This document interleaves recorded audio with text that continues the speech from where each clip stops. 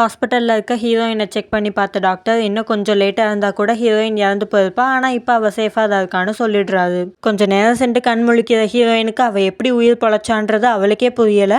ஹீரோயினும் லியாமும் உட்காந்து பேசும்போது தான் ஹீரோயினால் கூடிய சீக்கிரம் சாக போகிறவங்களோட கையில் அவங்க சாக போகிற தேதியை பார்க்க முடியும். அந்த மாதிரி தான் தாத்தா, அப்பா, அம்மா 3 பேரோட கையிலையுமே அவங்க சாக போகிற தேதியை பார்த்து சொல்லியிருக்கா. மற்றபடி ஹீரோயின் பேட் லக், அவளால் தான் அம்மா அப்பா இறந்து போனாங்கன்னு நம்ம நினச்சதெல்லாம் தப்புன்னு புரிஞ்சுக்கலாம். ஹீரோயின் சின்ன பொண்ணாக இருந்தப்ப அவங்க அம்மா சாகிறதுக்கு முன்னாடி எழுதின டைரி எடுத்து படிச்சிருப்பா. அதில் ஹீரோயினோட அம்மா அவங்களுக்கும் மற்றவங்க சாக போகிற தேதியை பார்க்கறதுக்கான பவர் இருந்ததாக போட்டிருப்பாங்க.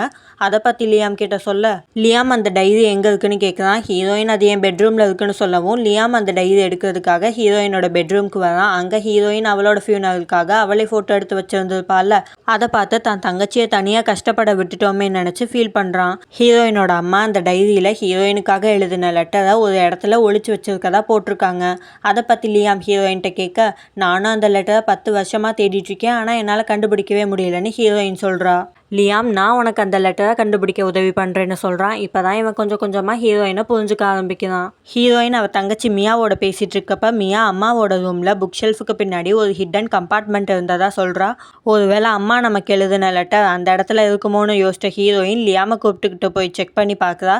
ஹீரோயினோட அம்மா ஹீரோயினுக்காக எழுதின லெட்டர் அங்கே தான் இருக்குது. அந்த லெட்டரில் ஹீரோயினோட அம்மா அவங்களுக்கும் மற்றவங்க சாக போகிற தேதியை பார்க்கறதுக்கான பவர் இருந்ததாகவும், இதை ஒரு சாபம்னோ இல்லை உன்னால் தான் மற்றவங்க இறந்து போகிறாங்கன்னு நினச்சிக்கிட்டு உன்னை நீயே ப்ளேம் பண்ணிக்காத, சாவுன்றது ஆல்ரெடி நிச்சயிக்கப்பட்டது, அது எப்போ நடக்க போகுதுன்றதை உன்னால் பார்க்க முடியும், அவ்வளோதானு போட்டிருக்காங்க.